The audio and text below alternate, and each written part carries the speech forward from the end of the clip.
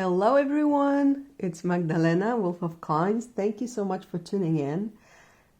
Believe it or not, I'm back with my Tarot de Marseille Atuts pairs, or trumps. I made 3 videos putting together cards with numbers differing by 10. So 4 and 14, 1 and 11, and so on. And I stopped after the 3rd, just before the Emperor. And I think this is really telling because I never particularly loved this card. So it proved challenging for me to find the motivation to talk about him. And finally, I don't know how much time has passed, like, I don't know, 2 years or something. If you're interested in those other videos that I made, 1, 2, 3, it's on my Tarot de Marseille playlist. You can check it out. But yeah, I never thought I'm giving up on it. I had also some lovely comments asking me to continue the series. And here I am, a long time after I stopped, but I'm back. Yeah, I am myself a numerological 4, and I can see that. However, I don't particularly like that. What does it mean? So the Emperor, number 4. 4 as a number is about stability, being consistent, being down to earth, and so on. So I can totally see those qualities in me, but I always found them boring, you know? So what's exciting about this? This is exactly not exciting at all. Sitting there on my throne and being stable and serious and so on. But yeah, now I've had this long pause and I had like some time to reflect on that. And I thought, well, these are obviously great qualities that are necessary.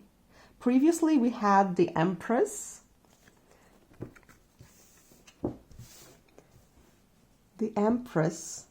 who is the beginning of life because she bears the next emperor, right? So she creates, and he looks after the kingdom or imperium. So he has to control, which can be a bad thing and a good thing as well, because when we are controlling, we stop chaos entering the domain. But we can be too controlling. And I think I associated this card with those more negative traits of being, this strict ruler who controls everything, who knows best, and who is oppressive, I think. So that's probably the reason I never really loved this card. However, once we've created something, we need to maintain it, right? We need to, like, let's say with a flower, we were sowing seeds and then they grew, and now we need to give them water. We need to take care so that they have enough sunshine or not too much sunshine, and so on. So this pair, yeah, now I'm talking about another pair. Excuse me. But yeah, they are absolutely a pair in the deck, the Empress and the Emperor. They rule together, look like they are bumping their scepters like, yeah, we do it together, bam, bam, bam.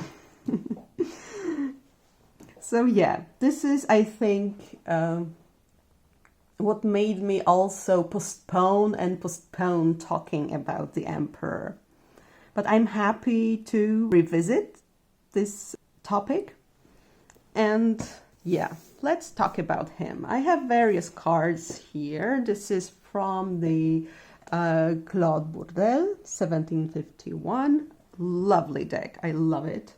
It's by Ives Reynaud. And this is from Pablo Robledo deck. This one. And then I love this Emperor. Look, he looks like he's pouting. Like, so this is the Ignaz Krebs Tarot by Piatnik. I have a walkthrough of this deck on my channel, on my Tarot de Marseille playlist. And then I have, what do I have? I have the Jean Dodali by Sullivan Hismans. And I have this rogue Emperor because he's facing in a different direction from the Noblet Tarot. This is the version by Joseph H. Peterson. So yeah, in the Noblet, similarly to the Death card, the Emperor looks in another direction than in most decks. But anyway, the images don't differ that much. He is here with his imperial eagle. And yeah, we can think about many famous rulers that we know from history, from Roman emperors to Chinese emperors, Japanese emperors, or simply kings. Powerful, powerful rulers. He has a really fancy hat. It's not only a crown, because here we don't even see those spikes that are here. Here the spikes are on the back of his headdress, but he has this golden chain with a medallion that is absent from these two type 1 versions, so from the Noblet and the Jean Dodal. But mostly he has a medallion. So this golden chain is a symbol probably of his status, of his power. The eagle is the symbol of the Imperium, the same as with the Empress, she also has it. So probably he is based on the emperors of the Holy Roman Empire that then moved to Germany and was powerful for a long time, and for a long time was the counterweight to papacy. And we will have the Pope in the next episode. Hopefully I will make it soon. And as for like characters, figures from mythology, of course, all those chief gods like Zeus or Jupiter or Odin or Svarog or Perun from Slavic mythology, and so on. Any chief god would fit here. In the Jean Dodal we have this mysterious little 4 here, so the number is somehow reinforced. However, it's not absolutely clear if this is a 4. Maybe it's a kind of a cross, like similar to the cross on his scepter, and then it's connected here. I don't know. And please let me know what you think about this archetype, about this card, how you feel about it. And the pouting emperor is the cutest. And then we have number 14. So here we have the Noblet. I will show it closer. So it is an angel, often with either a circle on the forehead or a flower. There's a flower here. And here there is something weird, kind of a diadem or some kind of jewelry.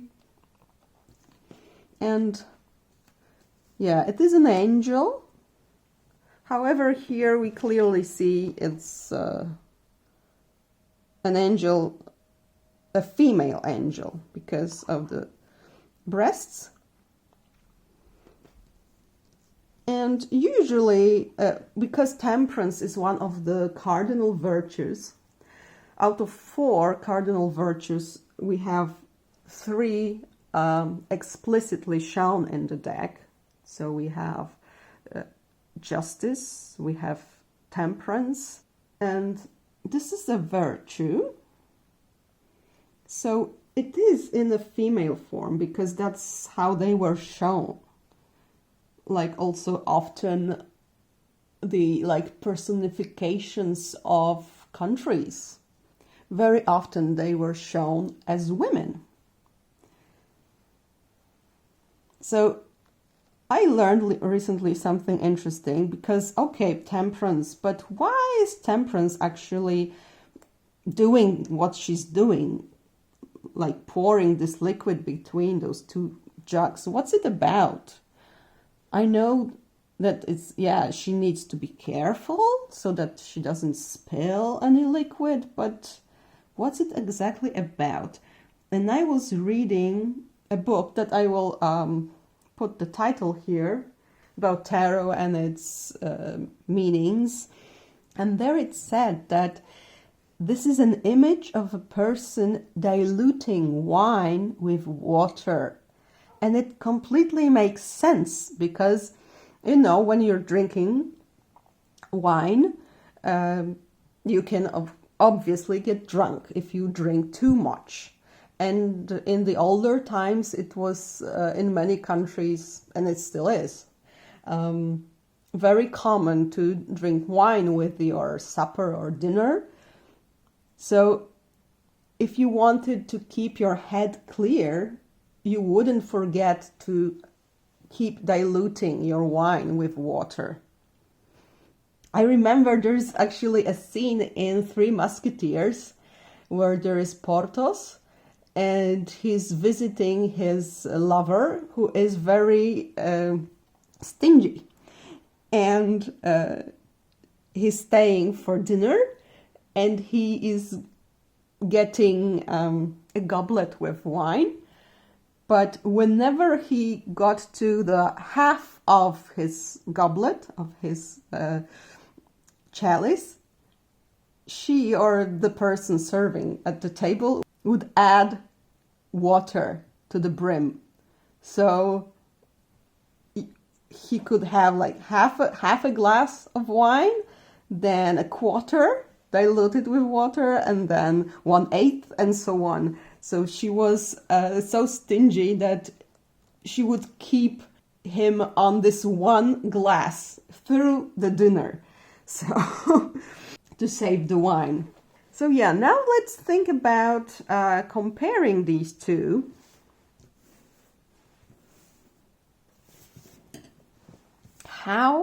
What kind of a pair do they form together? Because as I said in the previous videos, you can see many pairs in the tarot, of course. But my key here is the 4-14, 3, 13, and so on. But I talked about this pair as well today. So I think they really fit well together, because he is the one who is maintaining, who has to be prudent and be in control.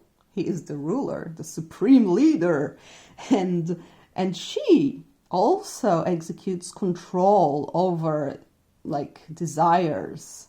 In this instance that I just talked about, the desire to drink too much. But symbolically, we could see many other